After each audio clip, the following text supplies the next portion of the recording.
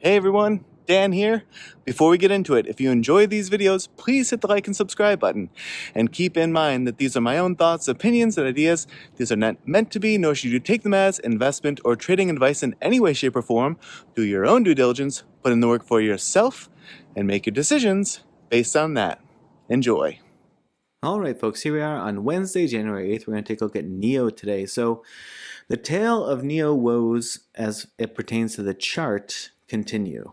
So we see this downtrend resistance that kicked off here in October of 2024, came in and confirmed it toward the end of October, and then confirmed it again at the beginning of December, and now has once again reconfirmed it in January of 2025. And so it had this day where it peeked its head through with a little bit of a green day, right? Leading up to that, it jumped 4%, and then a little over 1, and then a little over 1, and that got it just out of the downtrend resistance, and immediately it loses 4% the following day, which was yesterday, and then Wednesday puts in another red day of down a little over 4%, and putting it down close to, at least the low of the day was close to this 419 support level that we have on the chart. So the story to tell is still one of this downtrend resistance in yellow. Aside from getting a break of that and getting distance from it, there is, by a chart standard, not a lot to look forward to for the bulls on NIO, because what you end up getting is a series of descending triangles, which typically, until it breaks, but typically you would anticipate a descending triangle to result in a push through the downside, right? So a bearish formation. And so that bearish formation, yes, eventually you would look for it to break, like all formations do. But when that'll happen, I don't know. It's already been in here for 3 or so months, and it's confirmed it several times. So this resistance is just very strong at the moment, and it doesn't have the juice, it seems, at the moment to work its way through there. So if we look at the near-in levels, you see it working off of this 452 level that we had on the chart, right? It came in and was hitting it as resistance. This was a nice move. It came up, pushed through it, right? Former resistance becomes support. We saw that here. And it tried to hold it yesterday on Tuesday, as it sort of had a really hard time throughout the entire day. And 452 gave way, especially in the pre-market, upon open, and it just didn't make any motion back toward there. Okay. So 426 was the low of the day. So within 7 cents, it looked like it's 0, but I see now it's a 426. And so, we'll see. It's sort of waffling now between 419 and 452. Those are the nearest in support and resistance levels that I see. But, I would say based on the intraday activity and seeing it bounce off of these levels, especially that 452, that's holding up quite well. I would almost be surprised, to be honest. I'm reluctant to say this, but I would almost be surprised if it doesn't come back and test 452 again, just because it put in so many tests of it from the top. I mean, not so many, but it put in 1, 2, and then 3.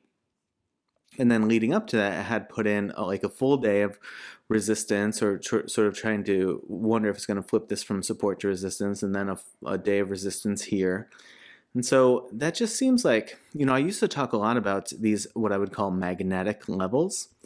And 452 sort of looks like that to me. I mean, you look at the intraday, it spends a lot of time gravitating, right? Even when it goes way far away.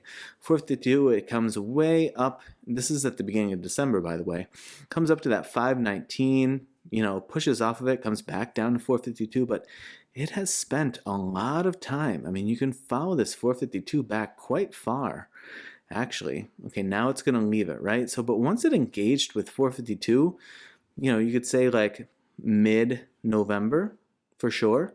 And it still is now, almost 2 months later, kind of just batting itself a little bit above, or a resistance level above, a support level below, but is consistently returning to that 452. So I am kind of interested to see what happens with this 452, because if it were to continue to follow that 452, if it were to get back there relatively soon, it does get it out of this downtrend resistance.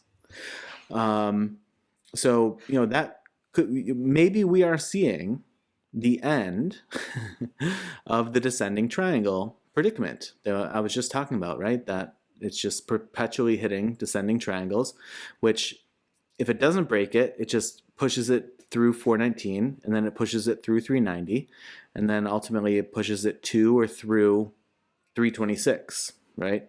Almost or I guess more than $1 lower than it currently is. So a drop of another, 25% or something like that, which is crazy, right? Considering the drop that it's already had. I mean, this is the long story of NIO is, a lot of drawing down. But I am really interested. This 450, I mean, even you see it back here and back here. It's 452. Yeah, this is drawing me back to the beginning days of this channel, when I think one of the first videos I put out was this video on magnetic levels, magnetic zones. This is really, really harkening me back. But I mean, it was stuck on here in March. It returned to it in June, and then it had quite a strong departure to the downside, quite a strong departure to the upside, and then it came back to it in November, like we said, and it's now been there for the last couple of months. So pretty interesting. If it can continue to just deal with 452, that does get it out of this downtrend resistance. So maybe we are sort of on the cusp of seeing NIO having the best opportunity in quite a while to break that downtrend resistance. So we'll see, but not to sound like hopium or copium, but maybe that's a bit of potential silver lining for the bulls. We'll see. We're still by the EMA standards, in a fully bearish formation at the moment. So it came up here, almost got a little bit of a touching of the 8 to the 21, but it shrugged right off of that. And now price action situated well below the 8 once again. So still fully stacked against the bulls at the moment. And it has some work to do to re-engage with those to get any motion. But we see here it shrugged right off of the 183. Here it had a hard time holding the 183. So even if it kind of gets out of the downtrend resistance like we were just talking about and sort of magnetizes that 452, sooner than later it's going to have to deal with this 183 level, which right now is situated a bit above 5. It's dynamic, so it will shift as price action gets put in. But I suppose if you're a NIO bull, you at least want it dealing with that 183 EMA, being that it's at or near 5, versus just stuck down here in the low to mid 4s. At least that's something, right? So maybe that is a good and fair trade-off, and you sort of swap the downtrend resistance for that sooner than later. I could certainly see that as being beneficial, of course. Volume-wise, if we take in, here you can see the magnetism on that level, right? You see, if we, this chart's now covering from July of 2023 to the current day, and you see this is where the shelf is, right? This is that magnetic range, the magnetic level that we were talking about, right? And when that gives way, then you see where it's situated, right? You see how it shifts. We get it sort of starting to emerge up here in the 7s and 8s. So, could you see that if you can get past this magnetic level around, as I have it anyway, at 452, did I say? Yeah, 452. It could be quite interesting to see how that shelving shifts based on the prior price action and history. Order flow wise, I didn't look at this previously. A few large scale orders coming in today. Bunch of folks underwater. Total profited shares, as of close today, Wednesday the 8th, 1.95%, less than 2% of shares are profitable at the moment. That is brutal. It makes me wonder, I would suspect there's going to have to be some folks coming in fresh as opposed to folks who are already sort of desperately underwater, continuing to buy in. So, maybe if there's some fresh blood in the water, maybe that will give it an opportunity to punch up. But yeah, that's a tough one. Short interest here, a little bit of drawing back, kind of not a lot happening. They're definitely moving.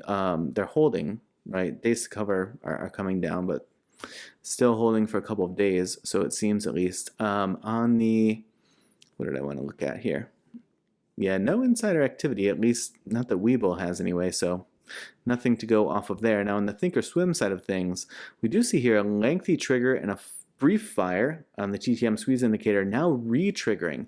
I'm always really keen on these re-triggers and refires, especially with the price action being situated at the base ATR. And also sort of central. It's, center to low in the channel, but it's relatively central in the channel. But it is at that base ATR for the month of January while it's re-triggering. So when that fires, it could be quite interesting. I wonder if that fire sort of precludes some motion back to that 452, to that magnetic level, and maybe that kicks something off. I don't know. For the month of January, as it currently sits, call trigger is at 511, and the +1 ATR is at 753. All right, so to me, that is the story of NIO at the moment. One is this re-trigger, pending refire. Does that get a motion back toward that 452 magnetic level that we're noticing on the chart? And if so, do we get to the call trigger? 511 +1 ATR 753. Doesn't mean it has to get there, but at least it's a different motion, right? Of course, just understand that TTM squeeze indicator is just looking for an outsized move following consolidation. So while it's consolidating now and it's re-triggering, if it refires, it could be a big move to the downside. So if that happens, the put trigger is all the way down at 361 with a -1 all the way down at 119. I mean, that would be Looney Town, right? But that's where the levels are at the moment. So just something to keep an eye on if it does have an outsized move to the downside. But I am quite interested in what comes of this re-trigger and refire. And, first thing being first, this magnetic level of 452. That could give it an opportunity both based on this chart and on this chart to at least get some motion toward that call trigger. But even more importantly, I would say, get itself out from underneath this downtrend resistance, and that would do it unless it came up, hit it, and fell right back down. That could certainly happen, but I'm wondering if it can magnetize itself back to it again, right? Maybe this dip currently will ultimately just look like it's a little bit above, a little bit below, like basically wrestling with this level. And if it continues to wrestle with it for a long enough period of time, it'll take a couple more months or so, but it does get it out from underneath this downtrend resistance. So not the fastest move, but that would potentially do it. So to me, that's the story at the moment. We'll see how it goes. All right, folks. So I hope that your trading week has been going well. Happy hump day. And as always, I appreciate you watching, and I will see you in the next video.